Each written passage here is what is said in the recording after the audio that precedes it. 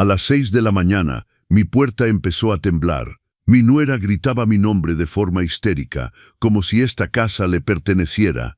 Yo había cambiado todas las cerraduras la noche anterior. Unos minutos después, mi hijo llegó con un mazo en la mano. «Voy a entrar de todas formas», gritó. Pero cuando levantó el brazo para golpear, una voz detrás de mí simplemente dijo: «Permítame, licenciado Morales se encarga». La puerta se abrió y lo que vieron del otro lado los dejó lívidos. Los golpes resonaban como tambores de guerra. Cada uno hacía temblar no solo la madera de la entrada, sino algo profundo en mi pecho. Valentina, mi nuera, gritaba con esa voz aguda que ya conocía demasiado bien: «Roberto, abra esta maldita puerta. ¿Qué se cree? Esta casa es tanto mía como suya». Yo estaba del otro lado, descalzo sobre el piso frío de mi sala, el corazón latiendo tan fuerte que sentía el pulso en mis sienes. Mis manos temblaban, no de miedo sino de algo peor, una rabia contenida durante 3 meses, una rabia que había fermentado en el silencio hasta convertirse en algo frío y calculado. Miré el reloj de pared, ese que mi difunta Elena había comprado en Guadalajara hace 30 años, 6 de la mañana. El licenciado Morales llegaría en 20 minutos, solo tenía que resistir. «Bueno, papá». Ahora era la voz de Carlos, mi hijo único. «Sé que estás ahí, abre ahora mismo». Escuché un golpe diferente, metálico, pesado, y luego su voz, pero con un tono que nunca le había oído. «Voy a entrar de todas formas, con puerta o sin puerta». Miré por la mirilla. Carlos sostenía un mazo de construcción. Sus ojos estaban inyectados de sangre. Valentina, a su lado, tenía los brazos cruzados y una sonrisa torcida en los labios, una sonrisa de victoria anticipada. Sentí que mis piernas flaqueaban. ¿Todo iba a terminar así?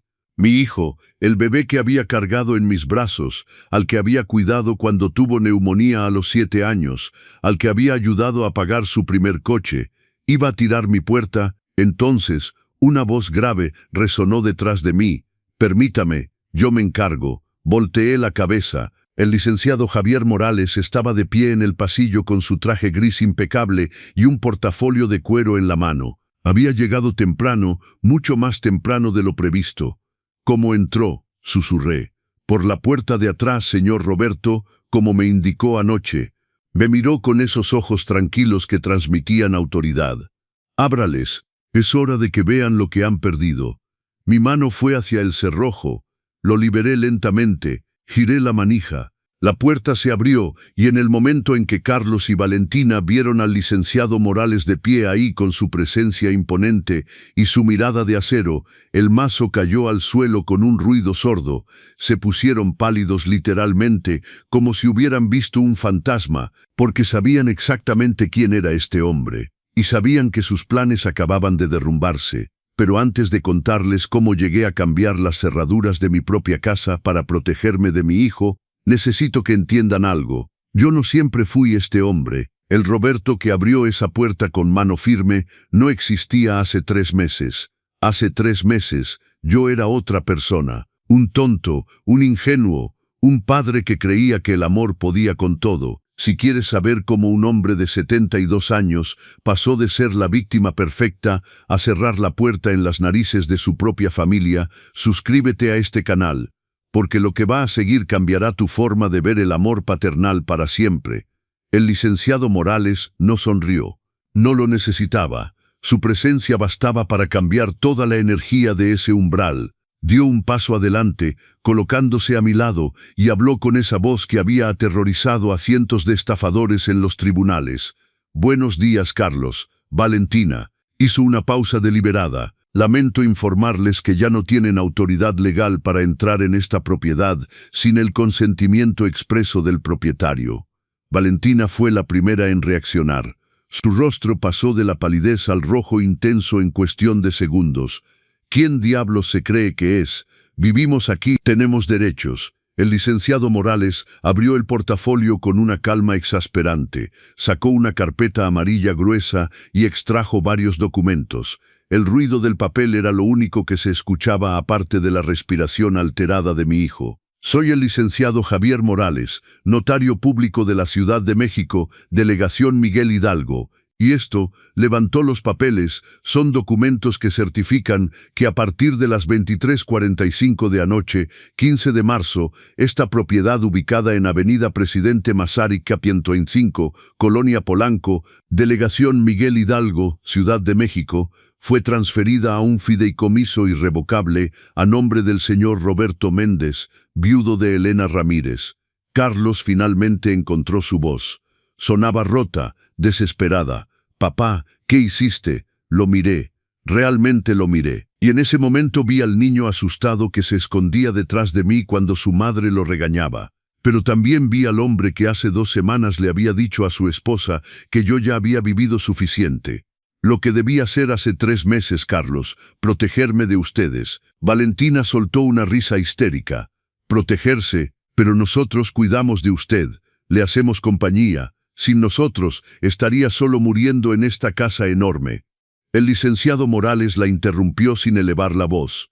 Señora, le sugiero que mida sus palabras. Todo lo que diga en este momento puede y será usado en su contra, si el señor Roberto decide proceder legalmente. ¿Legalmente?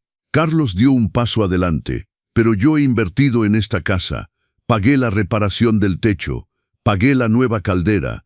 Esta casa es tanto mía como de él. Ahí estaba la mentira que había alimentado durante 3 meses, la mentira que había repetido tantas veces que casi había terminado creyéndola. El licenciado Morales sonrió por primera vez. Fue una sonrisa pequeña, casi imperceptible, pero estaba ahí.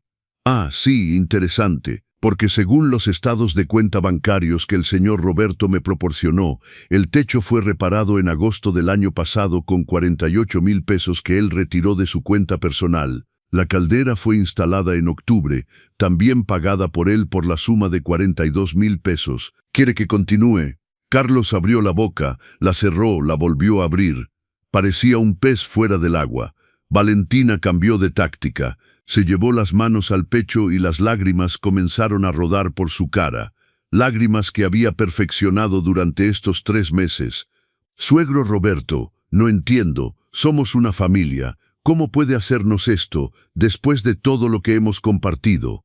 Algo se rompió en mí, pero no fue mi corazón, fue la última cadena de culpa que me ataba a esta farsa. ¿Una familia? Mi voz salió más fuerte de lo que hubiera querido. ¿Me habla de familia, Valentina? ¿La misma familia que vendió el juego de vajilla de Talavera de mi difunta esposa por 6,000 pesos? ¿La misma familia que me extorsionó 95,000 pesos mintiendo sobre una enfermedad para pagarse una rinoplastia? Su rostro se descompuso. Las lágrimas siguieron cayendo, pero ahora era pánico. Yo estaba realmente enferma. Los médicos de la Clínica Estética de las Lomas, ¿verdad? El abogado sacó otro documento. Tengo el recibo aquí. Rinoplastia estética, 90,000 pesos, pagada el 18 de enero, 3 días después de que recibiera el dinero de Roberto. Carlos se volvió hacia su esposa con una expresión que nunca había visto. Confusión, enojo, miedo. ¿Es cierto, Valentina? Valentina retrocedió un paso. Tú sabías, Carlos, no me hagas quedar mal, tú sabías. Yo sabía. La voz de mi hijo subió 3 octavas. Yo sabía que le robaste a mi padre. Ahí estaba la fisura, la primera grieta en su alianza perfecta. El licenciado Morales aprovechó el momento. Tienen 48 horas para evacuar completamente esta propiedad. Pueden llevarse sus efectos personales, ropa, aparatos electrónicos que puedan probar que son suyos y nada más. Cualquier artículo perteneciente al señor Roberto que sea retirado sin autorización será considerado robo y será objeto de denuncia penal. No pueden echarnos, gritó Valentina. Tenemos hijos, Sofía y Diego, ¿dónde vamos a vivir? Por primera vez en la conversación, el abogado pareció genuinamente irritado. Tal vez debieron pensarlo antes de planear meter al abuelo de sus hijos en un asilo barato para vender su casa y comprarse un departamento en la Condesa. El silencio que siguió era tan denso que se podría cortar con un cuchillo. Carlos me miró. Sus ojos estaban vidriosos. ¿Cómo? ¿Cómo sabes eso? Metí la mano en el bolsillo de mi bata y saqué una pequeña grabadora digital, la que doña Carmen, mi vecina, me había enseñado a usar. La coloqué en la palma de mi mano y presioné reproducir. La voz de Valentina salió clara, nítida, incontestable. Ya falta poco, mi amor. En unos meses más, lo convencemos de poner la casa a tu nombre. Está viejo, solo, nos necesita. Después, podemos meterlo en un asilo barato y vender esta propiedad. Vale fácilmente 14 millones de pesos, suficiente para comprar el departamento en la Condesa que queremos. Y luego la voz de Carlos. Tienes razón, mi padre ya vivió suficiente, nosotros merecemos esta casa. Detuve la grabación. Carlos cayó de rodillas en el umbral de la entrada. Literalmente sus piernas ya no lo sostenían. Papá, yo no quería decir. ¿Qué no querías decir, Carlos? Lo dijiste, lo pensaste y lo ibas a hacer. Valentina recuperó su sangre fría con una rapidez impresionante. Señaló a Carlos con el dedo. Fue su idea. Yo solo seguí su plan. Fue él quien me convenció de todo. Y ahí, frente a mis ojos, vi cómo se destruían el uno al otro. Carlos se levantó bruscamente y la fulminó con la mirada. ¿Qué? Tú fuiste quien dijo que mi padre era una carga. Tú fuiste quien quería el departamento de lujo. El licenciado Morales cerró el portafolio con un clic seco. Señores, sus problemas conyugales no me conciernen. Lo que me concierne es informarles que tienen hasta el miércoles 17 de marzo a las 18:00 horas para abandonar esta propiedad. Si no lo hacen voluntariamente, procederemos con el desalojo legal. Buen día. Se dio la vuelta y entró a la casa. Lo seguí y antes de cerrar la puerta, miré una última vez a Carlos, mi hijo único. Lloraba en silencio en el umbral de la casa donde lo había criado, y no sentí nada. Bueno, no, eso es mentira. Sentí alivio, cerré la puerta y corrí el cerrojo. El licenciado Morales me miró desde el pasillo. Está bien, señor Roberto, asentí lentamente con la cabeza. Luego me senté en el sofá de la sala, ese donde Elena solía leerme poemas los domingos por la tarde, y por primera vez en 3 meses respiré profundamente. Pero deben preguntarse cómo llegó todo a este punto. Cómo un padre llega a grabar a su propio hijo, a exiliarlo. Para entender eso, debo llevarlos 3 meses atrás, al día en que abrí la puerta de mi casa y dejé entrar no solo a mi hijo y su familia, sino mi propia destrucción. Era un martes 12 de diciembre. Lo recuerdo porque ese día había ido temprano al mercado de San Ángel a comprar flores frescas para poner en la foto de Elena. Eran apenas las 11 de la mañana cuando sonó mi teléfono. «Papá», la voz de Carlos sonaba extraña, apagada. «Hijo, ¿qué pasó? ¿Estás bien? Necesito hablar contigo. ¿Puedo ir a tu casa? Es urgente». Mi corazón se aceleró. Cuando un hijo dice que algo es urgente, un padre imagina lo peor. Accidente, enfermedad, muerte. «Por supuesto, hijo mío. Ven cuando quieras. ¿Quieres que prepare comida?» «No, papá, solo necesito hablar contigo». Colgó antes de que pudiera decir más. Llegó a las 2 de la tarde. No estaba solo. Valentina estaba con él, y detrás de ellos, Sofía y Diego cargaban mochilas grandes, mochilas que parecían llenas hasta reventar. «Buenos días, suegro», dijo Valentina con esa sonrisa que entonces creía sincera. «Disculpe que vengamos sin avisar». «No, no se preocupen, pasen. ¿Quieren agua, café?» Los niños corrieron hacia el jardín. Sofía tenía 12 años y Diego 9. Buenos niños, siempre educados, aunque últimamente los veía cada vez menos. Carlos se sentó en el sofá y se pasó las manos por la cara. Ese gesto que hacía desde niño cuando estaba nervioso. «Papá, perdimos el departamento». Las palabras cayeron como piedras en un pozo. «¿Cómo que perdieron?» Valentina se sentó junto a él y tomó su mano. En ese momento pensé, qué bueno que se tienen el uno al otro en los momentos difíciles. Qué tonto fui. Tuvimos problemas con el banco, explicó Carlos sin mirarme a los ojos. No pudimos pagar la hipoteca durante 3 meses, y bueno, nos embargaron. Nos dieron 2 semanas para irnos. Me llevé la mano al pecho. Mi hijo, mi Carlos, sin techo. Pero ¿por qué no me lo dijeron antes? Yo podría haberlos ayudado. No queríamos preocuparlo, suegro. Intervino Valentina con voz dulce. Usted ya ha hecho tanto por nosotros. No queríamos ser una carga. Nunca son una carga. Son mi familia. Carlos finalmente me miró. Tenía los ojos rojos. Papá, necesito pedirte un favor enorme, el más grande que te he pedido jamás. Lo que sea, hijo, lo que necesites. ¿Podemos quedarnos aquí?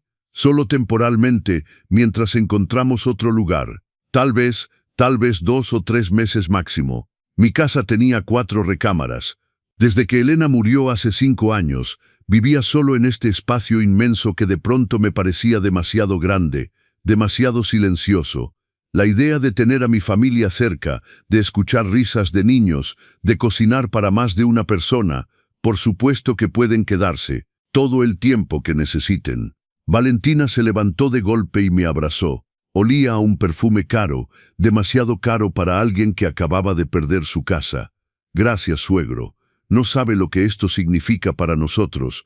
Los niños gritaron de alegría cuando les dijeron que se quedarían en casa del abuelo. Diego corrió hacia mí y me abrazó por la cintura. ¿Puedo quedarme en el cuarto con las estrellas en el techo, abuelito? Era el cuarto que Elena había decorado cuando Carlos era pequeño. Había pegado calcomanías que brillaban en la oscuridad. Mi nieto se acordaba de las pocas veces que habían venido a visitarme. Por supuesto, mi angelito. Esa misma tarde empezaron a traer sus cosas. Cajas, muchas cajas. Más de las que podían caber en una camioneta. Carlos había rentado un camión pequeño. ¿Todo eso es necesario? Pregunté al ver la cantidad de objetos. Es que no sabemos cuánto tiempo vamos a estar, papá. Preferimos tener todo a la mano. Tenía sentido. Al menos eso pensé. La primera semana fue agradable. Cocinaba para todos. Los niños hacían su tarea en la mesa del comedor. Carlos salía temprano a buscar trabajo. Valentina se quedaba en casa. Decía que era para cuidar a los niños, aunque ya estaban bastante grandes como para no necesitar niñera. Pero había cositas que en ese momento ignoré. Valentina movió los muebles de la sala para tener más espacio. El sillón de Elena, ese donde pasaba horas leyendo, terminó relegado al garaje. Es que está muy gastado, suegro. Se ve feo ahí. Cambió las toallas del baño por unas nuevas que había comprado. Las mías, bordadas a mano por mi madre, las guardó en una caja. Estas son más modernas. Tiene que actualizarse, suegro. También empezó a cocinar, pero no la comida que me gustaba. Comida diferente, con especias que nunca había usado. Y cuando yo intentaba cocinar algo tradicional, ella suspiraba. «Ay, suegro, tanta grasa no es buena para nadie». Un día, 2 semanas después de su llegada, bajé a desayunar y encontré las cortinas del comedor desaparecidas. «¿Dónde están las cortinas?», pregunté. Valentina estaba preparando un smoothie en la licuadora. Ni siquiera volteó. Las quité. Bloqueaban la luz natural. Su casa estaba demasiado oscura. «Suegro, necesita claridad». Esas cortinas las había cosido yo. Me había tomado 3 semanas terminarlas. Y tenían un patrón de pájaros bordados que mi madre me había enseñado a hacer.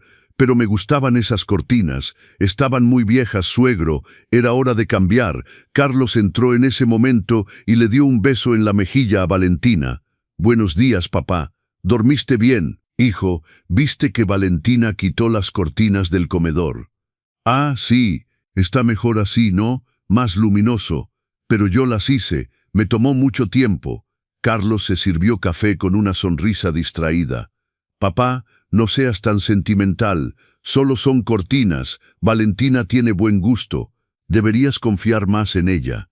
Me quedé callado, de pie en la cocina de mi casa, sintiendo que de alguna manera era yo el que estaba fuera de lugar. «Tienes razón», finalmente dije. «Solo son cortinas». Valentina me sonrió, esa sonrisa que aún creía benevolente. «Así me gusta, suegro. Flexible. El cambio es bueno». Esa noche, acostado en mi cama, miré el techo y pensé en Elena, en cómo siempre decía: «Roberto, eres demasiado bueno. Algún día alguien va a aprovecharse de ti». Pero esto era diferente, ¿verdad? Era mi familia, mi hijo, mis nietos. No podían aprovecharse de mí. Además, lo que no sabía en ese momento era que las cortinas eran solo el principio. Valentina no había venido a mi casa para quedarse temporalmente. Había venido para transformarla en la suya. Y cada día que pasaba, yo desaparecía un poco más, hasta que casi no quedaba nada de mí. El verdadero cambio comenzó la tercera semana. Valentina entró en mi recámara sin tocar. Yo estaba doblando ropa cuando la vi parada en el umbral de la puerta con esa expresión que estaba empezando a conocer demasiado bien. Determinación, disfrazada de preocupación. «Suegro, tenemos que hablar de esta recámara». «¿Mi recámara qué tiene?» Entró y caminó alrededor, tocando las cosas. El tocador antiguo de caoba, el espejo con marco dorado, la fotografía de nuestra boda en la pared. «Es que está demasiado cargada, demasiado llena. No es sano para usted tener tanto desorden». Miré alrededor. Mi recámara no estaba desordenada. Cada cosa estaba en su lugar. Cada objeto tenía una historia. «No está desordenada, Valentina. Está vivida». Exactamente ese es el problema. Se sentó en mi cama como si fuera la suya. Vive en el pasado, rodeado de cosas de su esposa que ya no está. No es sano. Necesita desapegarse, seguir adelante. Esas palabras me dolieron como una bofetada. Elena fue mi esposa durante 40 años. No voy a desapegarme de mis recuerdos. No le pido que los olvide, suegro. Solo que los guarde, que haga espacio para el presente, para nosotros. Al día siguiente, mientras yo había salido a misa, Valentina organizó la sala. Cuando regresé, las fotografías de Elena que estaban sobre la repisa de la chimenea habían desaparecido. En su lugar había velas aromáticas y una planta artificial. ¿Dónde están las fotos de Elena? Las guardé en una caja en su closet, suegro. Así están mejor protegidas del polvo. No quiero que estén protegidas del polvo. Quiero verlas. Valentina suspiró con esa paciencia exagerada que se usa con los niños pequeños. Suegro, no puede convertir su casa en un santuario. Su esposa descansa en paz. Usted necesita vivir. Fui a mi closet, encontré la caja, pero no estaban todas. Faltaba una, mi favorita, Elena y yo en Cuernavaca en nuestra luna de miel, ella en mis brazos mientras las olas mojaban nuestros pies. Valentina, falta una foto. ¿Cuál? La de Cuernavaca, la del marco plateado. Ah, esa se cayó y el vidrio se rompió. La tiré. ¿La tiraste?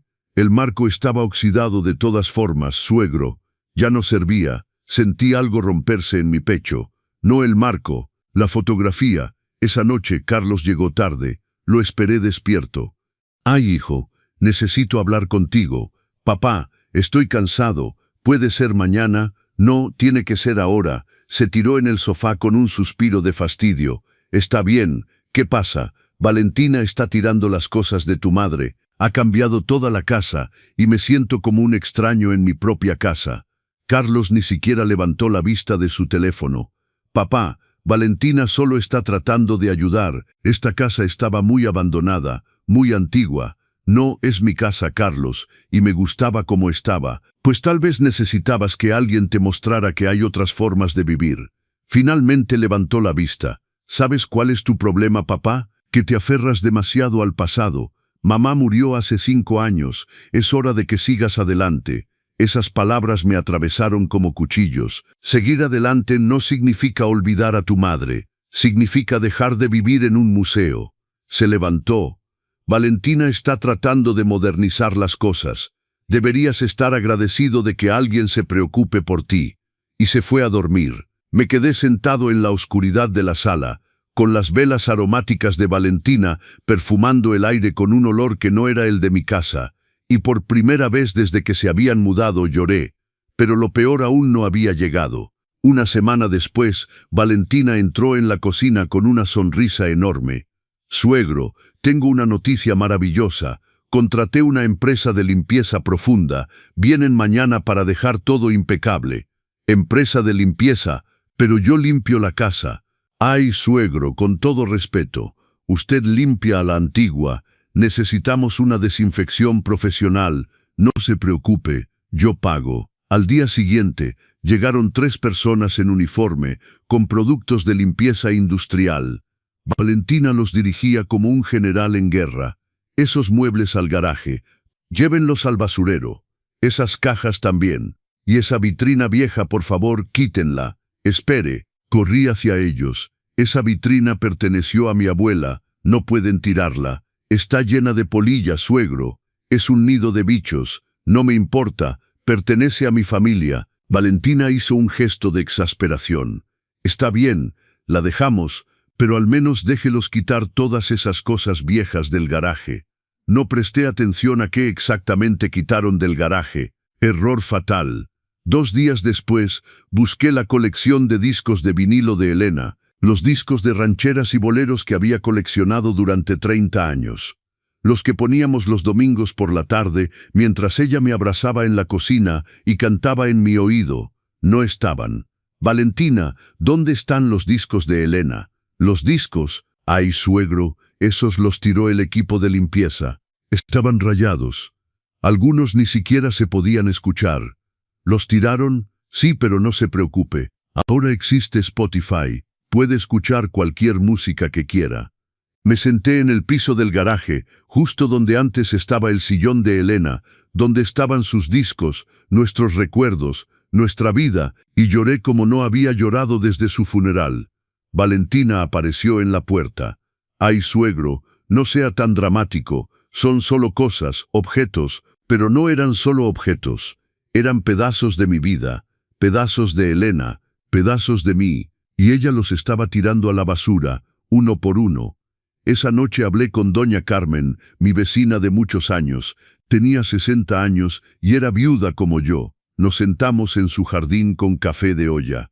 Roberto, esa mujer lo está borrando, dijo con su franqueza característica. Está borrando su historia para escribir la de ella, pero es mi nuera, la esposa de mi hijo, y eso es exactamente lo que la hace más peligrosa, porque viene con la etiqueta de familia, y usted, por respeto a su hijo, está soportando lo que no soportaría de una extraña. Esas palabras siguieron martillando en mi cabeza toda la noche. Al día siguiente, Valentina pintó la sala sin avisar, sin preguntar. Cuando regresé del mercado, las paredes que habían sido color durazno durante 20 años, ahora eran gris oscuro. ¿Le gusta?, preguntó con orgullo. Es el color de moda. Muy elegante, yo había elegido ese color durazno con Elena.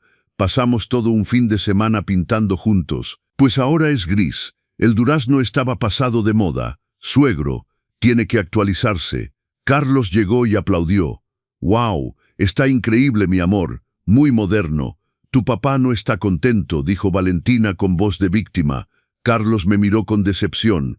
«Papá, ¿en serio? Valentina se está esforzando para mejorar la casa y tú solo te quejas. Yo no pedí mejoras, me gustaba como estaba. Pues a nadie más le gustaba. Era deprimente, esa palabra, deprimente. Como si mi vida con Elena hubiera sido deprimente. Me fui a mi recámara sin cenar, y esa noche, acostado en la oscuridad, me di cuenta de algo terrible. Ya no reconocía mi propia casa.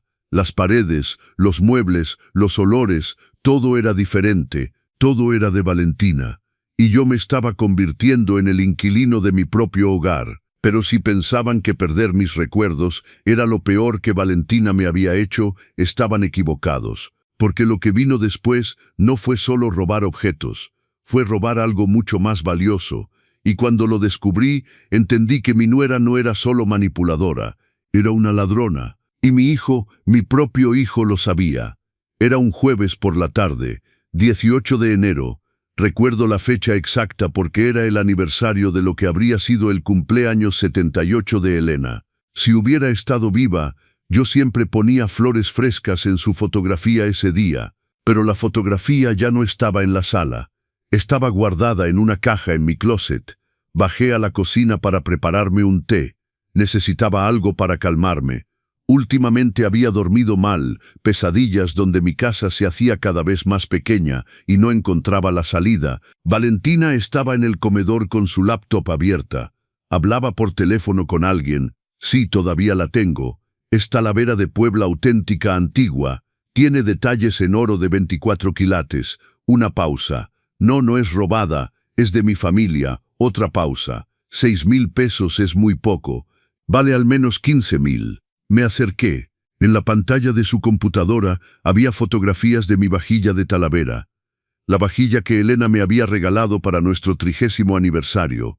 La había comprado en un viaje a Puebla. Había ahorrado durante meses para pagarla. Cada plato tenía flores pintadas a mano. Cada taza tenía el borde dorado. El juego completo, 12 platos hondos, 12 platos planos, 12 tazas con sus platos. Nunca lo usábamos. Era demasiado valioso. Lo guardaba en la vitrina de la sala solo para admirarlo. Valentina, mi voz salió temblorosa. Levantó la vista con una sonrisa tranquila, demasiado tranquila. Ay, suegro, estoy vendiendo la vajilla de Talavera. ¿Vender mi vajilla? Bueno, técnicamente está en su casa, pero nadie la usa. Solo junta polvo y nosotros necesitamos dinero con urgencia. Sentí el piso moverse bajo mis pies. Esa vajilla fue un regalo de Elena. No está a la venta.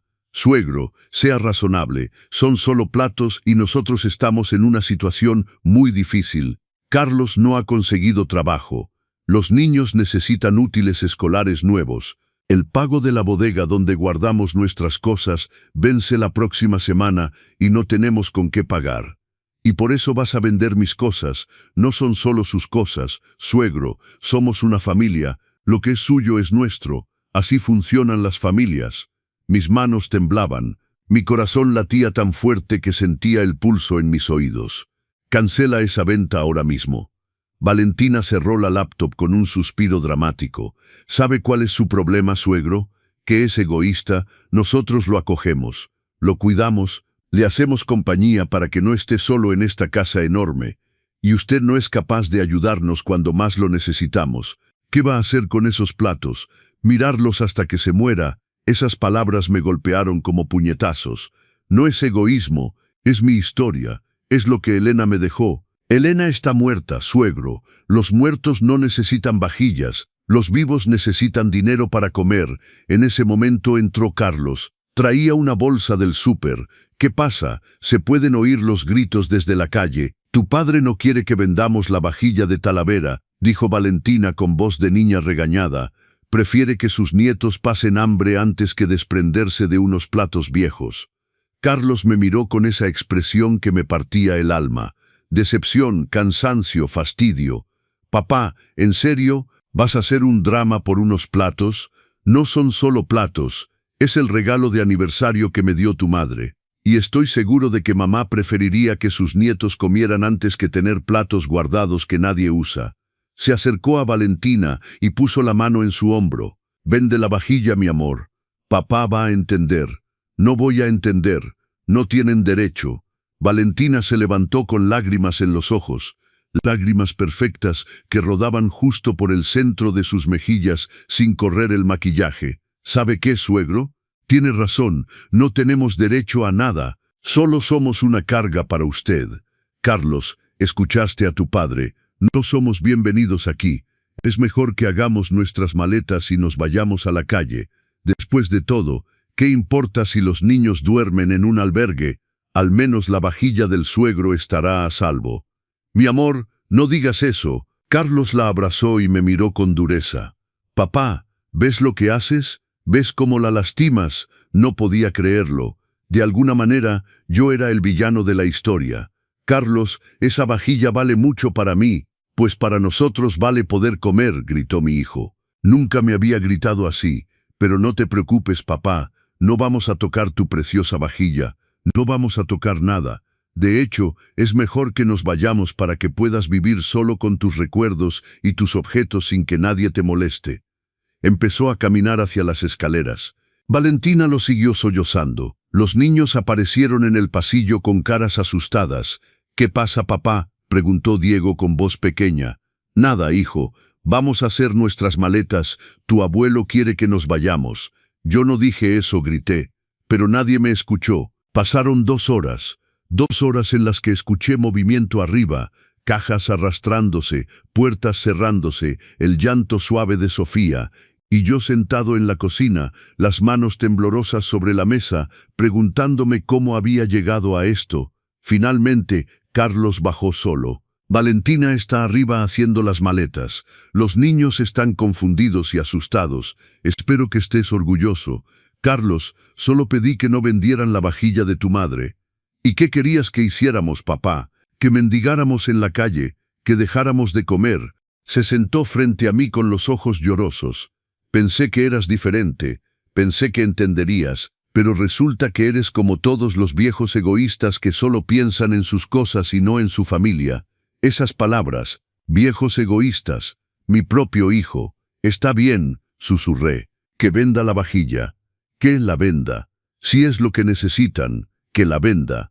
Carlos parpadeó sorprendido. Luego su rostro se suavizó y tomó mis manos. Papá, sabía que entenderías. Gracias, gracias. Te prometo que cuando consiga trabajo, te compraré otra vajilla idéntica. Subió las escaleras corriendo, gritando. Mi amor, papá dijo que sí. Podemos quedarnos. Esa noche, acostado en mi cama, miré la vitrina vacía de la sala. Valentina había empacado la vajilla inmediatamente, como si tuviera miedo de que cambiara de opinión. 35,000 pesos. Ese era el valor de esa vajilla. Lo sé porque cuando Elena murió, vino un tasador a hacer el inventario para el testamento. 35,000 pesos de recuerdos, de amor, de años de matrimonio. Y mi nuera la iba a vender por 6,000. Al día siguiente, Valentina salió temprano. Regresó 6 horas después con bolsas de ropa nueva, pantalones de marca, blusas de diseñador, zapatos caros. ¿Lograste vender la vajilla?, pregunté. Sí, suegro. Afortunadamente, con eso podemos pagar el alquiler de la bodega, pero las bolsas en sus manos contaban otra historia. Valentina, esas bolsas, es que encontré unas promociones increíbles, 2 por 1, no pude resistirme. ¿Compraste ropa con el dinero de mi vajilla? Bueno, no toda la ropa, también pagué el alquiler y compré útiles para los niños. Y bueno, me merecía un pequeño gusto, he estado muy estresada, ¿no cree? Se fue a su cuarto silbando una canción. Y yo me quedé ahí, de pie en mi sala gris oscura, con mis paredes desnudas, con mi vitrina vacía, entendiendo finalmente la verdad. No habían venido para quedarse temporalmente, habían venido para quitármelo todo, pero si pensaban que robar mis recuerdos y mis bienes era suficiente para destruirme, se equivocaban, porque Valentina tenía un plan mucho más elaborado. Un plan que involucraba mentiras, hospitales falsos y 95,000 pesos que yo iba a darle voluntariamente, porque cuando una serpiente identifica a su presa, no se detiene hasta devorarla completamente. 2 semanas después del incidente de la vajilla, Valentina empezó a actuar extrañamente, más extraño de lo normal. Se levantaba tarde, se paseaba por la casa con la mano en la frente, suspirando profundamente. Dejaba su comida a medio comer, diciendo que no tenía apetito, y cada vez que alguien le preguntaba qué pasaba, respondía con un dramático, nada, nada, estoy bien, pero lo decía de esa manera que grita, pregúntenme más, por favor, pregúntenme. Fue Sofía quien finalmente cayó en la trampa. Mamá, ¿estás enferma? ¿Te ves mal? Valentina se llevó la mano al pecho y sus ojos se llenaron de lágrimas. No quiero preocuparlos, mi niña. Solo tengo síntomas extraños, pero estoy segura de que no es nada grave. Carlos se levantó de la mesa alarmado. ¿Qué tipo de síntomas? Mareos, náuseas. Y bueno, he tenido un poco de sangrado.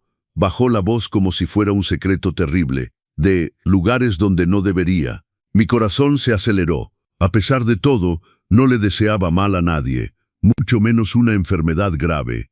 Valentina, tienes que ir al médico, dije inmediatamente. No puedo, suegro. Ya no tenemos seguro médico desde que perdimos el empleo y una consulta privada con un especialista cuesta carísimo. No importa el costo, tu salud es más importante. Valentina me miró con esos grandes ojos brillantes, como si fuera su salvador. De verdad, suegro, ¿nos ayudaría con eso? Por supuesto. Mañana mismo hacemos una cita. Esa noche escuché a Carlos y Valentina hablar en su recámara. Las voces llegaban por la rendija de la puerta. Te dije que funcionaría, susurró Valentina. Tu padre tiene corazón de mantequilla. Solo hay que asustarlo un poco. No pude escuchar la respuesta de Carlos, pero tampoco quise creerlo. Seguramente había escuchado mal. Al día siguiente, Valentina me mostró el nombre de una clínica, Centro Médico Especializado Santa Lucía. Sonaba prestigioso, caro. El doctor Melgar es el mejor oncólogo de la ciudad, dijo con voz temblorosa, pero sus consultas cuestan 2,800 pesos. Está bien, yo pago. La acompañé a la consulta, pero cuando llegamos, me pidió que esperara afuera. Suegro, es que son exámenes muy íntimos. Me da pena que esté ahí. Por supuesto, hija, ve tranquila. Esperé 2 horas hojeando revistas viejas en una sala de espera impecable con pisos de mármol y plantas ornamentales caras. Cuando salió, tenía los ojos rojos de tanto llorar. ¿Qué dijo el doctor?, pregunté levantándome de golpe. Necesito exámenes, muchos exámenes. Resonancia magnética, tomografía, análisis de sangre especializados. Su voz se quebró. Y una biopsia. Dios mío, todavía no saben, por eso necesitan los exámenes. Pero el doctor dijo que mientras más pronto los hagamos, mejor. Tomó mis manos. Suegro, sé que es mucho pedir, sé que ya hemos abusado de su generosidad, pero tengo miedo, mucho miedo. ¿Cuánto cuestan los exámenes? 95,000 pesos, dijo la cifra como si fuera una sentencia de muerte. Es demasiado dinero, no tenemos con qué pagar. Tal vez pueda esperar unos meses hasta que Carlos consiga empleo. No puedes esperar si es algo grave. Vamos al banco ahora mismo. Valentina me abrazó tan fuerte que apenas podía respirar. Gracias, suegro, gracias. No sabe lo que esto significa para mí, para mis hijos. Fuimos al banco esa misma tarde. Vendí 2 terrenos pequeños que tenía en Oaxaca. Terrenos que Elena y yo habíamos comprado pensando construir una casa de vacaciones algún día. Terrenos que valían más de 95,000 pesos, pero los vendí rápido, sin regatear, porque una vida humana vale más que cualquier propiedad. Le di el dinero a Valentina en un sobre amarillo. Que Dios te bendiga, hija, y que todo salga bien. Lloró en mis brazos, lágrimas que en ese momento creí sinceras. Durante las 2 semanas siguientes, Valentina salía temprano para hacerse los exámenes.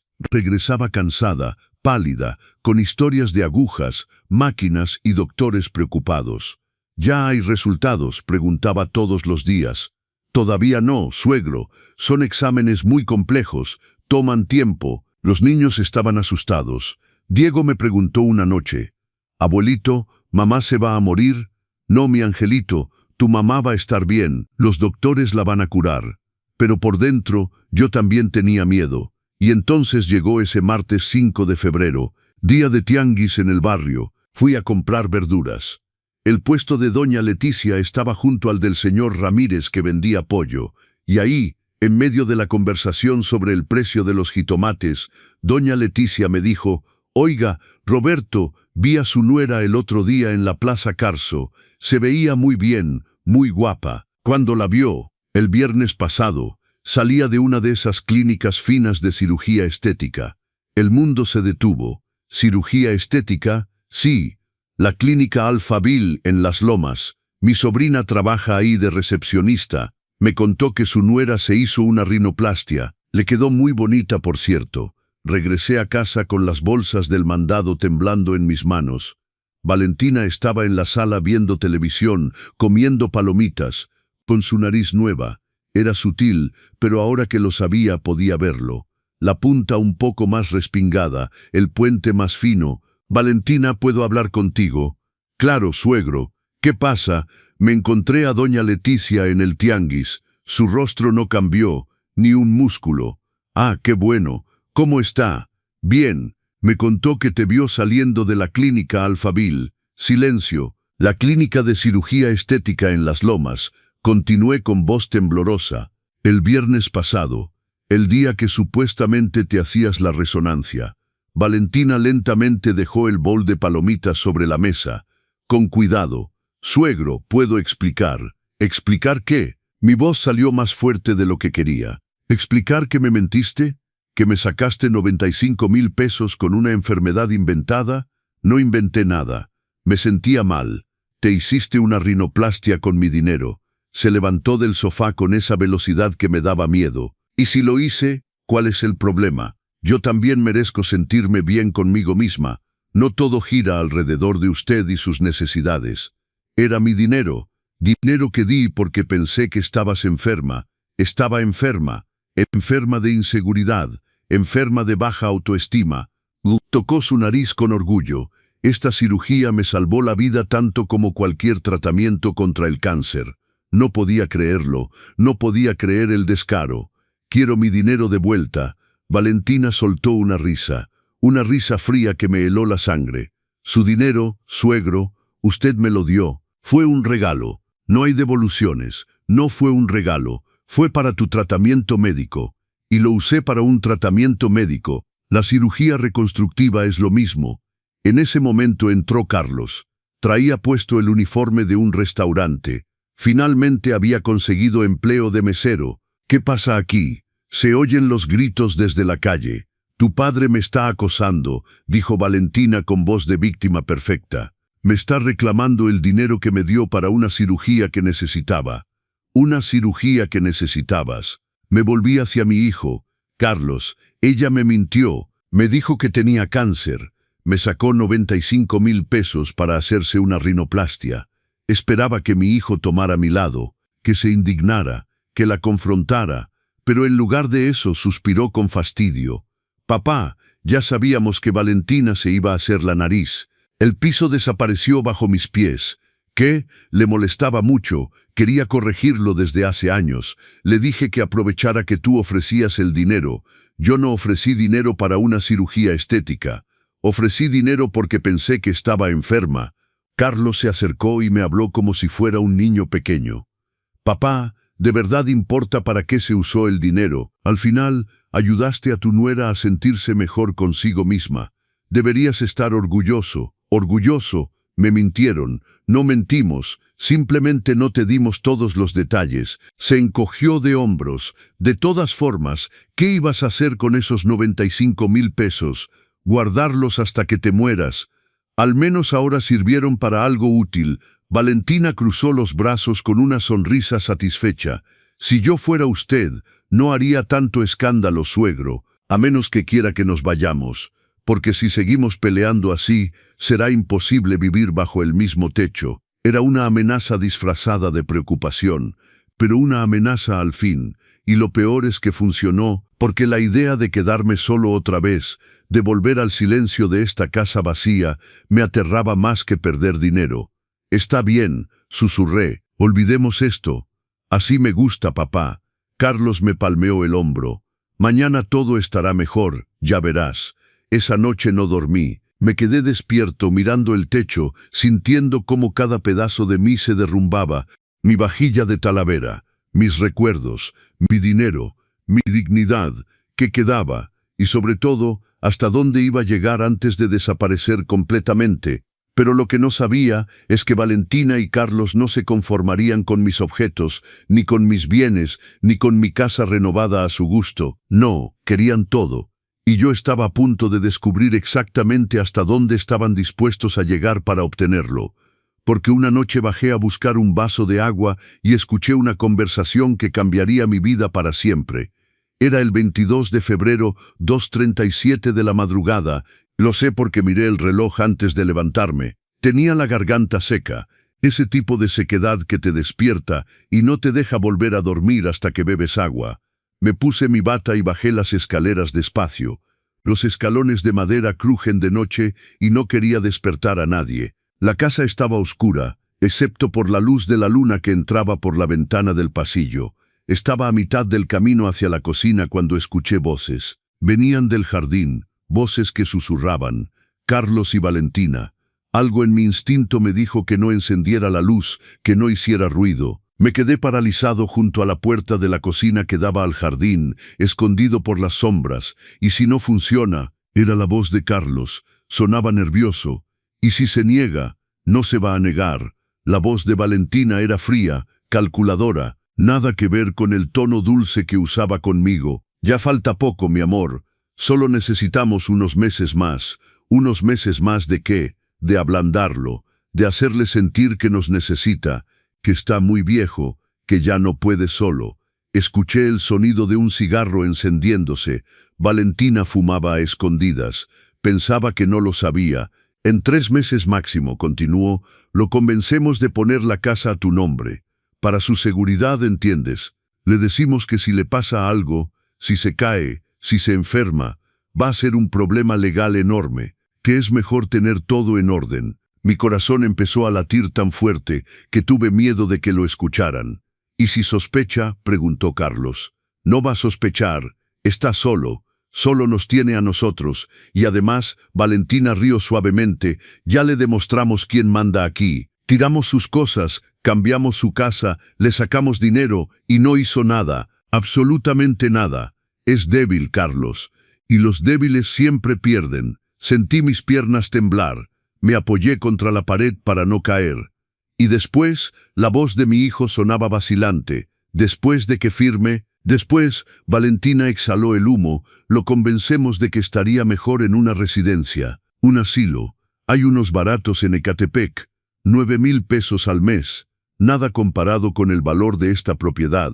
Un asilo, Carlos, tu padre ya vivió, tuvo su matrimonio feliz con tu madre, te crió, y nosotros vamos a vivir toda nuestra vida atrapados en departamentos, chicos pagando rentas eternas, mientras él vive solo en esta casa enorme. Pero es mi padre, y justamente por eso no lo vamos a dejar en la calle. Le vamos a pagar un asilo, estará bien cuidado, tendrá comida, techo, enfermeras. Su voz se hizo más dura. Carlos, esta casa vale al menos 14 millones de pesos. 14 millones. ¿Sabes lo que podemos hacer con ese dinero? Hubo un silencio largo y pesado. Podríamos comprar el departamento en la Condesa que vimos, dijo Carlos finalmente. Su voz ya no sonaba vacilante, sonaba emocionada. El de 3 recámaras con vista al parque, exactamente. Y sobraría para poner un negocio, o invertir, o lo que queramos. Valentina tiró su cigarro al piso y lo apagó con el pie. Tu padre no necesita todo este espacio. Nosotros sí, tenemos hijos, tenemos futuro. Él solo tiene pasado. Y si dice que no, si no quiere firmar. Valentina rió. Una risa que me heló hasta los huesos. No va a decir que no, porque para mayo estará tan agotado, tan cansado, tan solo emocionalmente, que firmará lo que sea con tal de que no lo abandonemos. Confía en mí. Sé cómo funcionan estos viejos. Mi abuela era igual. Solo hay que romperles el espíritu poco a poco, y cuando ya no tienen fuerzas para luchar, son tuyos. Tienes razón. La voz de Carlos ahora sonaba convencida. Mi padre ya vivió suficiente. Nosotros merecemos esta casa. Esas palabras. Mi padre ya vivió suficiente. Nosotros merecemos esta casa.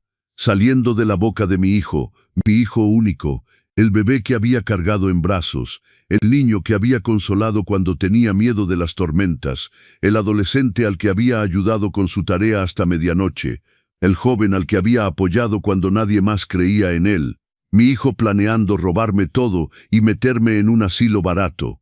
Sentí algo romperse en mi pecho, pero no era mi corazón, era algo más profundo, era la última ilusión de que mi familia me amaba. Vamos a dormir, dijo Valentina. Mañana tengo que seguir con el teatro de la nuera perfecta. Ya me está cansando fingir que me cae bien. Rieron, ambos rieron. Escuché sus pasos acercándose a la puerta. Me moví rápido, subiendo las escaleras tan silenciosamente como pude. Llegué a mi recámara justo cuando escuché que entraban a la casa. Me metí en mi cama. Cerré los ojos, pero no dormí. No dormiría tranquilo durante mucho tiempo, porque en esa conversación, en esos minutos horribles escondido en la oscuridad, el Roberto ingenuo murió, y nació alguien más. Alguien que entendía que el amor paternal no era suficiente, que la bondad podía ser una debilidad mortal, que mi propio hijo era capaz de traicionarme de la peor manera posible. Me levanté de la cama y me senté en la orilla. Mis manos temblaban, pero mi mente estaba extrañamente clara. Miré la fotografía de Elena en mi cómoda, la única que había conservado. «¿Qué hago, mi amor?», susurré. «¿Qué harías tú si estuvieras aquí?». Y entonces recordé algo. Algo que Elena me había dicho una semana antes de morir. Estábamos en el hospital. Ella ya sabía que no saldría de ahí. «Roberto, cuando yo no esté, va a venir gente que querrá aprovecharse de ti, de tu bondad, de tu soledad, y necesito que me prometas algo. No los dejes hacerte una víctima. Pelea, aunque sea tu propia sangre quien te ataque, pelea». En ese momento no había entendido por qué me decía eso. Pensé que era la morfina hablando, pero ahora entendía. Elena sabía. Conocía a nuestro hijo mejor de lo que yo quería admitir. Me levanté y fui a mi armario. Al fondo, detrás de las cajas donde Valentina había guardado mis cosas, había una caja fuerte pequeña. La abrí con la combinación que solo yo conocía.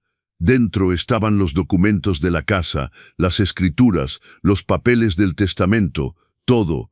Y también había una tarjeta. Licenciado Javier Morales, notario público, el mejor amigo de Elena, el abogado que nos había ayudado con todos nuestros trámites legales durante 30 años. Tomé la tarjeta y la sostuve entre mis dedos. Eran las 3:15 de la madrugada, pero no importaba, porque en ese momento tomé una decisión.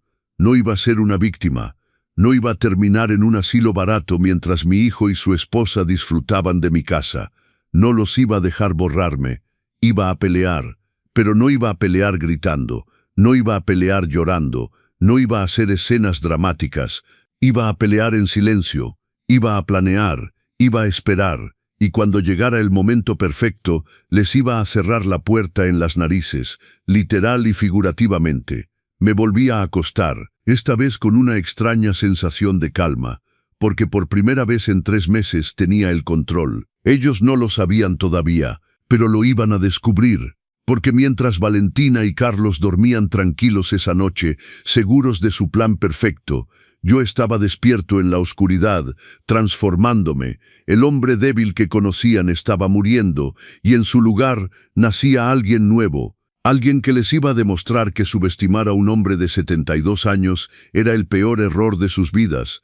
A la mañana siguiente, bajé a desayunar como siempre. Me puse mi bata de flores, hice café, calenté pan dulce. Valentina entró a la cocina bostezando, con su pijama de seda cara que había comprado con mi dinero. «Buenos días, suegro». ¿Durmió bien? La miré, realmente la miré, y por primera vez vi lo que era, una depredadora. Una mujer que había estudiado cada uno de mis movimientos, cada una de mis debilidades, y las había convertido en armas, pero ella no sabía que yo también podía aprender. «Muy bien, hija. Y tú, como una piedra». Se sirvió café. «Oiga, suegro», estaba pensando, ¿qué le parecería si empezamos a ver opciones de residencias para adultos mayores? No para mudarse ahora, claro, solo para tener opciones por si algún día las necesita. Ahí estaba. Empezaba a plantar la semilla. Hace 2 días habría entrado en pánico. Habría preguntado por qué. Habría llorado. Pero el Roberto de ayer había muerto en la oscuridad de las 2:37 de la madrugada. ¿Sabes qué, Valentina? Tienes razón. A mi edad uno nunca sabe. Estaría bien estar preparado. Su rostro se iluminó de sorpresa y satisfacción. ¿De verdad? Qué bueno que lo tome con madurez, suegro. La mayoría de las personas de su edad se resisten a estos temas, pues yo no soy la mayoría de las personas. Hay que ser práctico. Sonreí, una sonrisa pequeña. Cuando Valentina subió a bañarse, tomé mi teléfono y marqué el número de la tarjeta. Despacho del licenciado Morales. «Buenos días, habla Roberto Méndez. Necesito hacer una cita urgente con el licenciado Morales, pero que sea en su oficina, no en mi casa. Y por favor que sea hoy si es posible». «Un momento, señor». Pausa. «El licenciado puede recibirlo a las 4 de la tarde». «Perfecto, ahí estaré». Colgué justo cuando Carlos entraba a la cocina. «Buenos días, papá».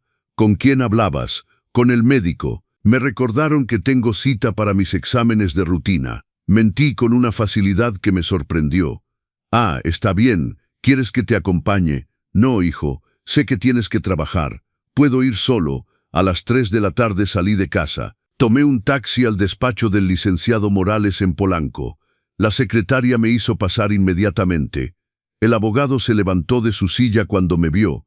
Tenía 60 años, el cabello completamente blanco y esos ojos que lo habían visto todo. «Señor Roberto».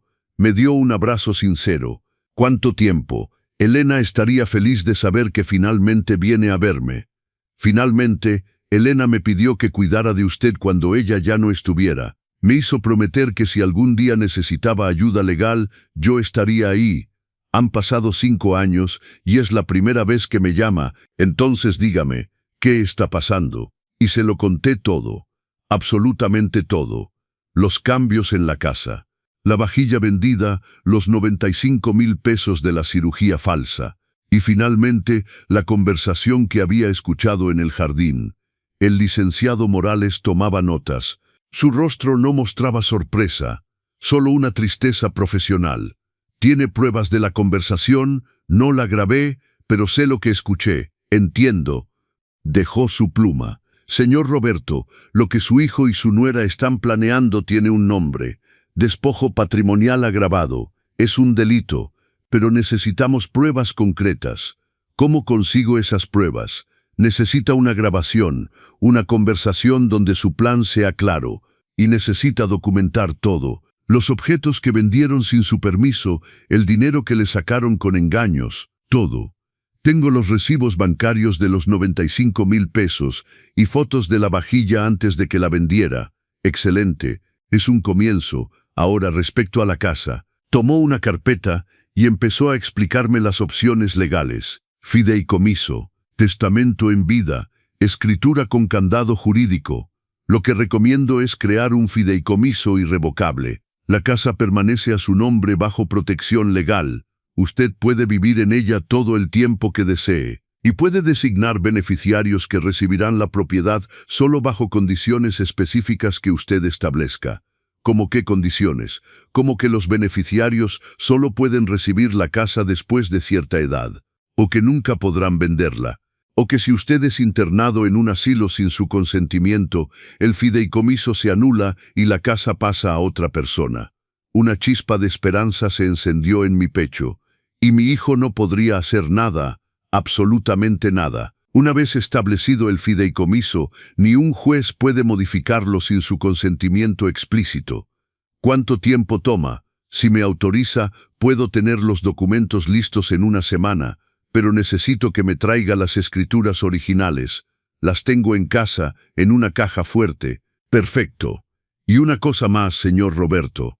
Se inclinó hacia adelante. Necesito que actúe normal, que no despierte sospechas, que siga siendo el mismo Roberto que ellos conocen, porque si sospechan que está planeando algo, van a acelerar su plan, y eso nos complica las cosas. ¿Puedo hacerlo?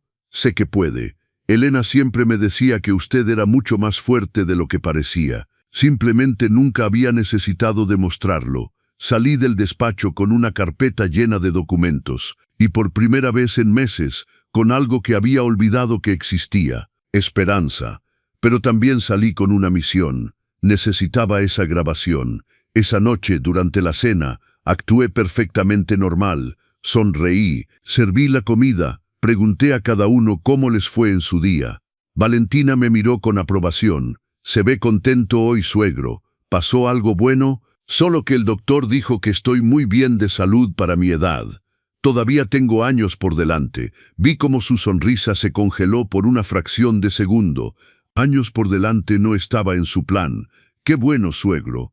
¡Qué bueno! Al día siguiente fui a ver a doña Carmen, mi vecina. Carmen, necesito tu ayuda. Lo que sea, Roberto. ¿Qué necesitas? Necesito aprender a usar una de esas grabadoras pequeñas que se pueden esconder. Doña Carmen no hizo preguntas. Me conocía desde hacía 30 años. Sabía que si pedía algo así, era por una buena razón. Mi nieto me dio una el año pasado porque tengo miedo de olvidar las cosas.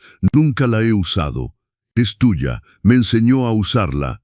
Era del tamaño de una memoria USB. Se podía esconder en cualquier lugar y grababa con una claridad impresionante. Gracias, amiga. ¿Tienes problemas? Tenía problemas. Ahora estoy buscando soluciones.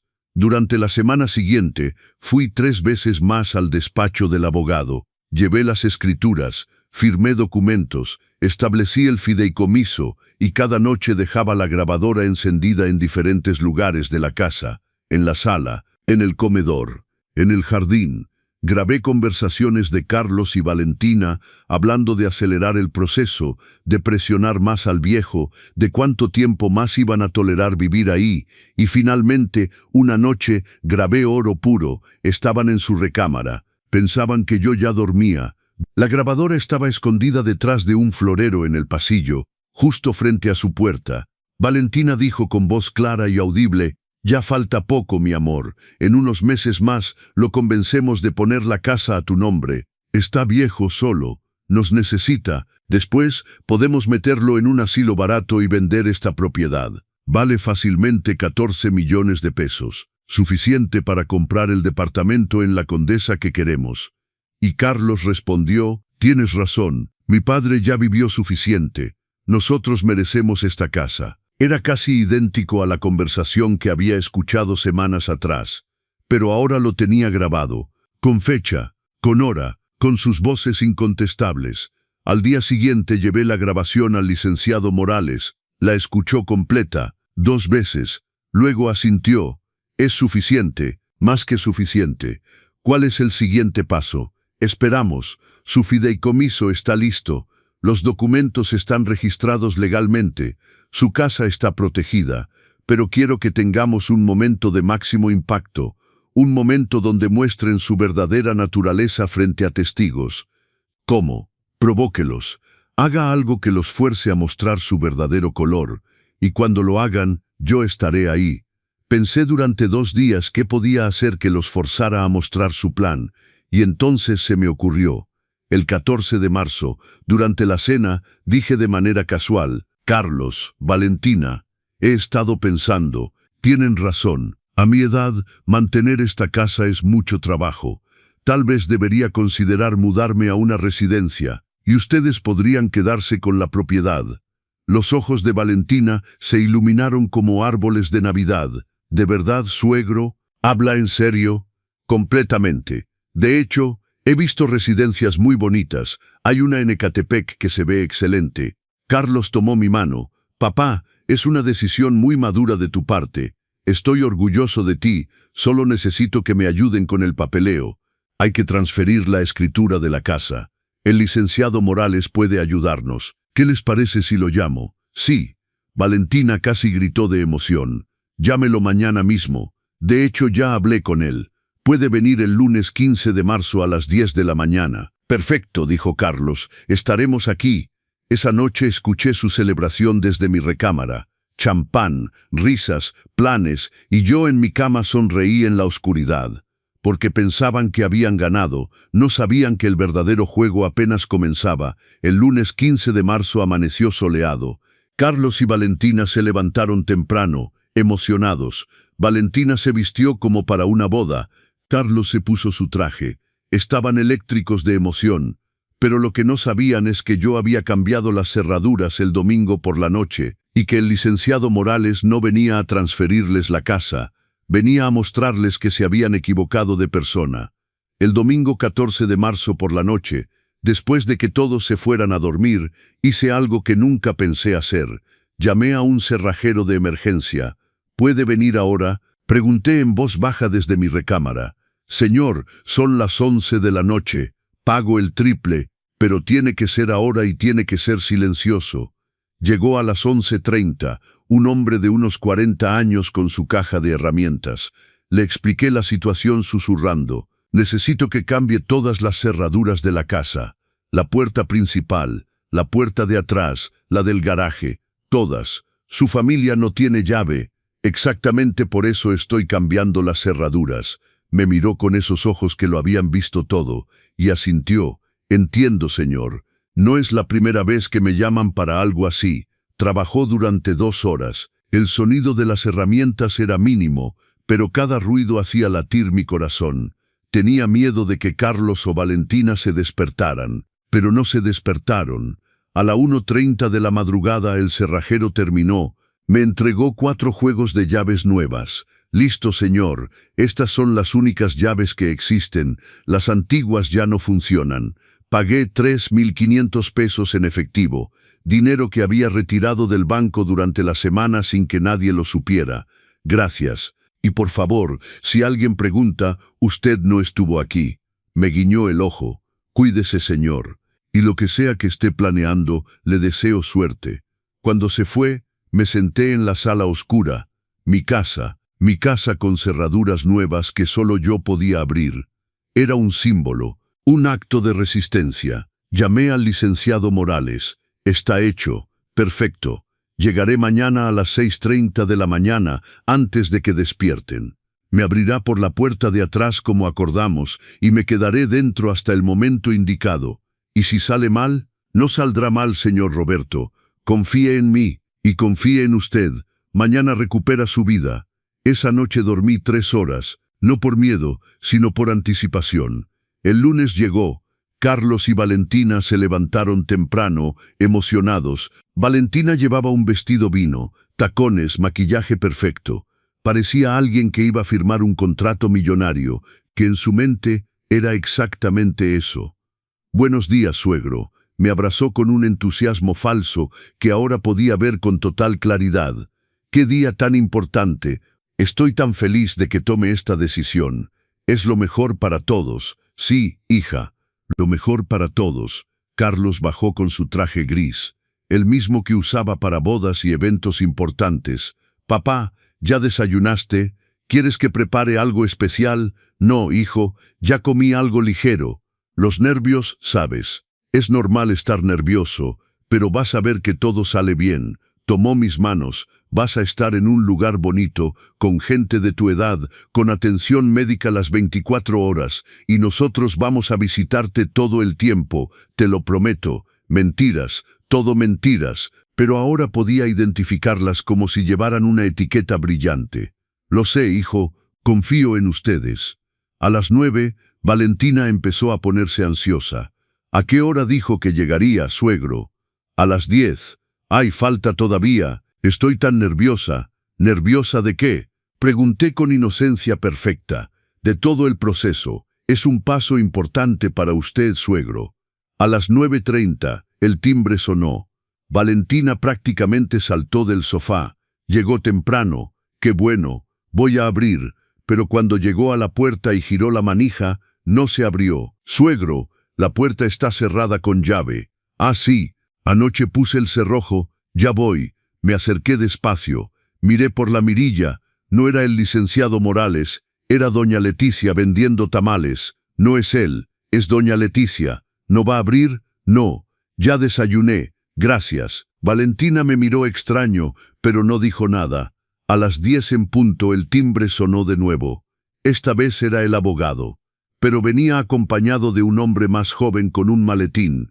Carlos y Valentina prácticamente corrieron a la puerta. «Suegro, abra». «Ya llegaron, pero no me moví». «Suegro, ¿qué hace? Ábrales». En un momento, están tocando el timbre. Carlos se acercó e intentó abrir. Giró la manija. Nada. Intentó con su llave. No funcionó. «Papá, mi llave no funciona». «Ah, es cierto, olvidé decirles. Cambié las cerraduras anoche». Silencio absoluto. «¿Qué?». Valentina me miró con ojos desorbitados. «¿Por qué cambiaría las cerraduras?» «Por seguridad. A mi edad, uno nunca sabe». El timbre seguía sonando, ahora con insistencia. «Suegro, abra esta puerta», gritó Valentina. «No me hable así, Valentina. Abra la puerta». Carlos intentó calmarse. «Papá, por favor, el licenciado está afuera. Vamos a firmar los papeles. ¿Recuerdas?» «Sí, recuerdo perfectamente». Y entonces no abrí la puerta. Los dejé tocar y tocar y tocar. 5 minutos, 10 minutos. Valentina empezó a perder la calma. «¿Qué está haciendo? ¿Se volvió loco?» Carlos llamó por teléfono, probablemente tratando de contactar al abogado para disculparse. 15 minutos después, los timbrazos cesaron. Valentina tenía la cara roja de furia. «Perdimos la cita. El licenciado se fue. ¿Está contento?» «Cálmese, Valentina. Todo está bajo control». «Bajo control. Arruinó todo». «No arruiné nada. De hecho, miré mi reloj. Todo va conforme al plan». «¿Qué plan?». Carlos me miraba confundido. En ese momento escuché la puerta trasera abrirse, los pasos que conocía, zapatos de vestir sobre el piso de madera de la cocina. Carlos y Valentina voltearon. Y ahí estaba el licenciado Javier Morales entrando por el pasillo con su traje impecable y su portafolio de cuero. «Buenos días a todos. Disculpen la tardanza». Las caras de Carlos y Valentina eran un poema. Confusión, shock, miedo naciente. ¿Cómo entró?», tartamudeó Valentina. «Por la puerta de atrás». El señor Roberto me dio acceso hace unos minutos. Carlos me miró. Papá, ¿qué está pasando? Siéntense, dije con una calma que no sabía que tenía. Es hora de que hablemos de verdad. Sin mentiras, sin mentiras. Valentina soltó una risa nerviosa. Nunca le hemos mentido, suegro. Ah, ¿no? Saqué mi pequeña grabadora del bolsillo de mi camisa. Entonces explíquenme esto. Presioné reproducir. La voz de Valentina llenó la sala. Ya falta poco, mi amor. En unos meses más, lo convencemos de poner la casa a tu nombre. Está viejo, solo. Nos necesita. Después, podemos meterlo en un asilo barato y vender esta propiedad. Vale fácilmente 14 millones de pesos. Suficiente para comprar el departamento en la Condesa que queremos. El rostro de Valentina se puso blanco como el papel. Y luego la voz de Carlos. Tienes razón. Mi padre ya vivió suficiente. Nosotros merecemos esta casa. Carlos cayó en el sofá. Literalmente, sus piernas ya no lo sostenían. Papá, ¿puedes explicarme eso, hijo? Mi voz no tembló. Mis manos no temblaron. Yo no temblé. ¿Puedes explicarme cómo merezco estar en un asilo barato mientras tú vives en mi casa? Valentina recuperó su sangre fría con una rapidez impresionante. Era una superviviente, una luchadora, pero esta vez peleaba una batalla perdida. Esa grabación es ilegal. No puede usarla. El licenciado Morales intervino con voz profesional. De hecho, señora, en México es completamente legal grabar conversaciones en una propiedad privada cuando el propietario considera que hay intención de fraude o despojo. Y esta grabación es perfectamente admisible ante un tribunal. No hay fraude, dijo Valentina elevando la voz. Nosotros lo cuidamos, le hacemos compañía.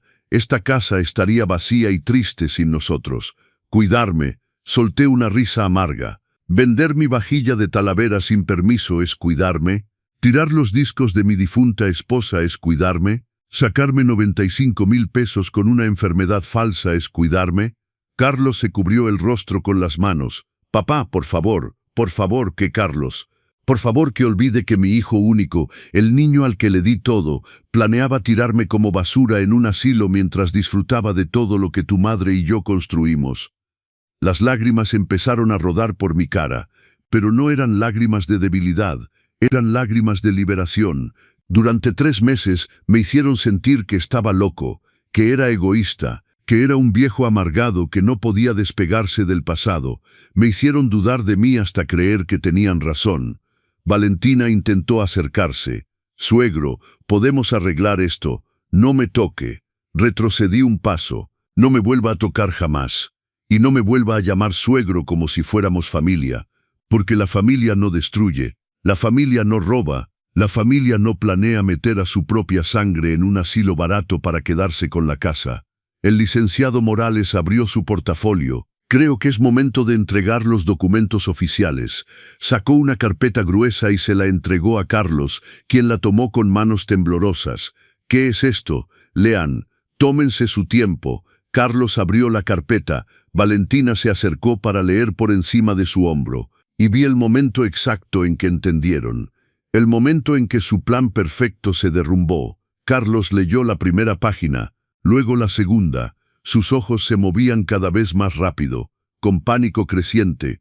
Valentina le arrebató los papeles de las manos. Esto no puede ser real. Es completamente real, dijo el licenciado Morales con esa calma profesional que había perfeccionado en 40 años de carrera. Certificado por notario público, registrado en el registro público de la propiedad el día 13 de marzo de este año. Completamente legal e irrevocable. ¿Irrevocable? Valentina levantó la vista. ¿Qué significa irrevocable? Significa que no se puede cambiar, respondí. Significa que esta casa ya no está a mi nombre libre. Está protegida en un fideicomiso que yo controlo. Y ustedes no pueden tocarla. Carlos dejó caer los papeles al piso. Su rostro había pasado del blanco al verde. Papá, ¿qué hiciste? Lo que debía hacer desde el principio, protegerme de ustedes. El licenciado Morales continuó con voz firme. La propiedad ubicada en Avenida Presidente Massari, K25, Colonia Polanco, Delegación Miguel Hidalgo, Ciudad de México, permanece en fideicomiso irrevocable a nombre del señor Roberto Méndez, viudo de Elena Ramírez. Él conserva el usufructo vitalicio, es decir, puede vivir aquí hasta su fallecimiento. Los beneficiarios del fideicomiso son sus nietos, Sofía y Diego, quienes recibirán la propiedad cuando cumplan 25 años, con la condición expresa de que nunca podrán venderla. Deberá permanecer en la familia. Eso es injusto, gritó Valentina. Carlos es su hijo, él debería heredar. Carlos perdió ese derecho cuando planeó robarme. No íbamos a robarte, íbamos a cuidarte en una residencia. Saqué otro papel de mi bolsillo. Lo había imprimido la noche anterior.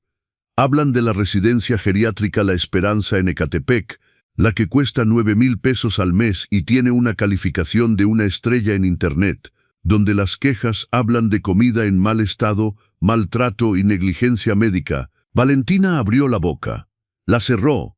No tenía respuesta. Investigué, Valentina, investigué todo. Sé exactamente en qué tipo de lugar planeaban mandarme mientras vivían en Polanco o en La Condesa. Carlos finalmente encontró su voz. Sonaba rota, desesperada. Papá, por favor, somos una familia. Podemos arreglar esto. Yo solo tenía miedo por el dinero, por el futuro. Valentina me presionaba y ahora le echas la culpa a tu esposa. Lo interrumpí. Muy valiente de tu parte, Carlos. Muy valiente. Valentina explotó. Fue su idea. Él fue quien dijo que merecíamos la casa. Él fue quien buscó los asilos baratos. Yo solo seguí su plan. Y ahí estaba la traición mutua. Se destruían el uno al otro frente a mí. No me importa de quién fue la idea, dije con una frialdad que me sorprendió. Lo planearon juntos, me mintieron juntos. Me robaron juntos, son igualmente culpables. El licenciado Morales sacó más documentos. Pasemos ahora al tema de la restitución económica. Señora Valentina, usted obtuvo 95,000 pesos mediante engaño, específicamente mintiendo sobre una enfermedad grave. Eso constituye fraude. El señor Roberto tiene 2 opciones: proceder legalmente con denuncia por fraude, o que usted reembolse la suma completa en un plazo de 30 días. No tengo 95,000 pesos, gritó Valentina. Ya los gasté. Entonces será necesario proceder legalmente. El fraude puede conllevar una pena de prisión de 6 meses a 5 años, según el Código Penal mexicano.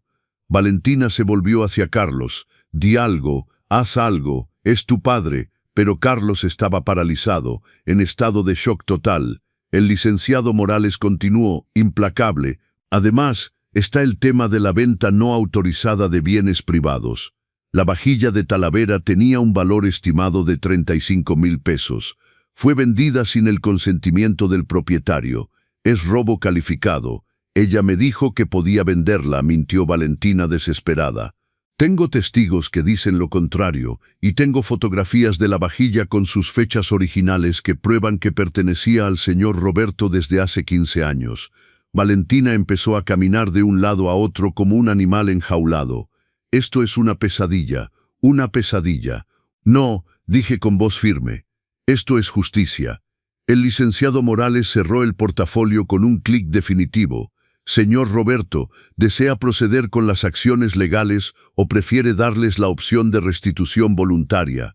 Miré a Carlos, mi hijo único, el niño que había cargado en brazos, el adolescente que había consolado cuando su primer amor lo dejó, el hombre al que había apoyado en cada decisión, y vi lo que realmente era: un cobarde, un manipulador, un ladrón.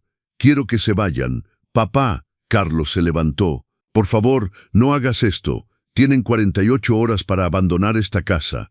Pueden llevarse su ropa, sus aparatos electrónicos, sus efectos personales, nada más. Todo lo demás se queda aquí. ¿Y dónde vamos a ir?, preguntó Valentina con voz histérica. Tenemos hijos. Debieron pensarlo antes de planear destruirme. Sentí las lágrimas subir, pero no las dejé caer. Tienen familia, amigos, un auto, empleos. Encontrarán algo, como encontraron la manera de mentirme durante 3 meses. Suegro, por favor, no me llame así, ya no es mi nuera, y señalé a Carlos, y él ya no es mi hijo. Carlos cayó de rodillas, literalmente arrodillado frente a mí, con las manos juntas. Papá, perdóname por favor, fue un error terrible, estaba desesperado. Valentina me presionaba y no pensé, no me di las consecuencias, pero te amo, eres mi padre, siempre lo serás. Si me amaras, Carlos, no habrías planeado meterme en un asilo como si fuera basura. Si me amaras, habrías defendido la memoria de tu madre en lugar de dejar que tiraran todo lo que ella y yo construimos. Puedo cambiar, podemos cambiar, dame una oportunidad. Te di tu oportunidad, te di 3 meses de oportunidades. Cada vez que tiraban algo mío, cada vez que mentían, cada vez que me hacían sentir culpable por existir, eran oportunidades, y las desperdiciaron todas. Me volví hacia el licenciado Morales. Respecto a los 95,000 pesos, les doy 30 días para reembolsarlos, si no procedo legalmente. Valentina soltó un grito de frustración y corrió hacia las escaleras. Carlos se quedó de rodillas, llorando como un niño. Levántate, Carlos. Papá, por favor, levántate. Ya no eres un niño, eres un hombre de 43 años. Es hora de actuar como tal. Se levantó lentamente. Sus ojos estaban rojos, hinchados. ¿Y los niños, Sofía y Diego, no los volverás a ver jamás? Esa pregunta me dolió profundamente. Los amo, y por eso la casa está en fideicomiso para ellos, pero no voy a dejar que los usen como rehenes emocionales. El licenciado Morales tocó mi hombro suavemente. Señor Roberto, si necesita un momento. No, estoy bien, respiré profundamente. Carlos, tienes hasta el miércoles 17 de marzo a las 6 de la tarde para evacuar. Si no lo hacen voluntariamente, el licenciado Morales procederá con el desalojo legal. Y créeme, no quieres que lleguemos a eso. Carlos asintió sin fuerzas. Subió las escaleras arrastrando los pies. Y el licenciado Morales y yo nos quedamos en la sala. El silencio era denso, pesado. ¿Está seguro de esto, señor Roberto? ¿Cree que Elena estaría orgullosa de mí? El abogado sonrió con tristeza. Elena estaría más que orgullosa. Ella me dijo una vez, si me pasa algo, Roberto necesitará tiempo para encontrar su fuerza, pero cuando la encuentre, será imparable. Tenía razón, las lágrimas finalmente cayeron. Pero no eran lágrimas de debilidad, eran lágrimas de liberación. Gracias por ayudarme. Es un honor, señor Roberto. Esa noche, acostado en mi cama, escuché el movimiento arriba, cajas, maletas, llanto, peleas, y sentí algo que no había sentido en meses. Paz. No era una paz alegre, era una paz dolorosa, triste, agridulce, pero era paz, porque por primera vez en 3 meses había recuperado el control de mi propia vida. Miré la fotografía de Elena en mi cómoda. Lo hice, mi amor. Me defendí como me pediste. Y juro que en ese momento sentí su presencia, como un abrazo invisible, como un susurro que decía, estoy orgullosa de ti, Roberto, siempre lo estuve. Al día siguiente, doña Carmen vino a verme. Me trajo café de olla y pan de muerto. ¿Cómo te sientes? Como si hubieras sobrevivido a una guerra. Sobreviviste y ganaste. No se siente como una victoria, se siente como una pérdida. Porque amas a tu hijo y eso nunca va a cambiar. Tomó mi mano, pero a veces amar significa soltar, significa poner límites, significa decir, te amo, pero no voy a permitir que me destruyas. Tenía razón. El martes, Sofía bajó sola a la cocina. Tenía los ojos rojos de tanto llorar. Abuelito, ¿puedo hablar contigo? Claro, mi angelito, siéntate. Se sentó y durante un largo momento no dijo nada. Solo miraba sus manos. Yo sabía, finalmente susurró. ¿Qué sabías, mi amor? Sabía lo que mis papás planeaban. Escuché conversaciones. Vi cómo trataban tus cosas. Y yo no dije nada. Las lágrimas empezaron a caer. Perdóname, abuelito. Debí decirte, debí defenderte, pero tenía miedo de que mis papás se enojaran conmigo. La abracé fuerte. Tú no eres responsable, Sofía. Eres una niña. No es tu responsabilidad corregir los errores de los adultos. Pero me siento tan mal. Lo sé, yo también. Tomé su rostro para que me mirara. Pero quiero que sepas algo. Esta casa será tuya y de tu hermano algún día. Y cuando eso pase, quiero que recuerden, la dignidad vale más que cualquier propiedad. El respeto vale más que cualquier herencia. Y el amor verdadero nunca destruye. Sofía me abrazó tan fuerte que apenas podía respirar. Te amo, abuelito, mucho. Y yo te amo, mi angelito, siempre. El miércoles 17 de marzo a las 5 de la tarde, un camión de mudanzas se estacionó frente a la casa. Carlos y Valentina cargaron sus cosas en silencio. Los niños estaban tristes, confundidos. Diego me abrazó antes de subir al auto. «¿Ya no te vamos a ver, abuelito?» «Claro que me van a ver. Cuando quieran visitarme, solo tienen que llamar. Esta es su casa tanto como la mía». A las 6:10, Carlos se acercó. Tenía un sobre en la mano. «Son 25,000 pesos. Es todo lo que pude reunir. El resto te lo pagaré poco a poco. Te lo juro, papá». Tomé el sobre. «Tienes 30 días para completar los 95,000 pesos. Ni un día más». «Lo sé». Bajó la mirada. «Papá, sé que no merezco tu perdón. Sé que lo que hicimos es imperdonable. Pero quiero que sepas que me arrepiento de verdad». «Lo sé, Carlos, pero arrepentirse no borra el daño. Arrepentirse no devuelve los recuerdos que destruyeron. Arrepentirse no borra las palabras que dijiste». «Lo sé». Su voz se quebró. Algún día podrás perdonarme». Miré sus ojos. «Mi hijo, mi traidor, no lo sé. Tal vez con el tiempo. Pero por ahora necesito que se vayan. Necesito sanar. Y no puedo hacerlo con ustedes aquí». Asintió sin fuerzas. Subió al auto. Valentina ni siquiera me miró. Se fueron haciendo chirriar las llantas. Y se fueron. Me quedé de pie en la entrada de mi casa, mirando el auto desaparecer en la esquina. Doña Carmen apareció a mi lado. «¿Estás bien?» «Voy a estar bien». Esa noche cené solo en mi comedor, pero no fue una cena triste. Preparé mole poblano como mi madre me enseñó. Puse música, rancheras, las que Elena amaba, las que había descargado en mi teléfono porque Valentina había tirado las originales, y mientras comía, miré mi casa. Las paredes todavía estaban grises, pero podía repintarlas.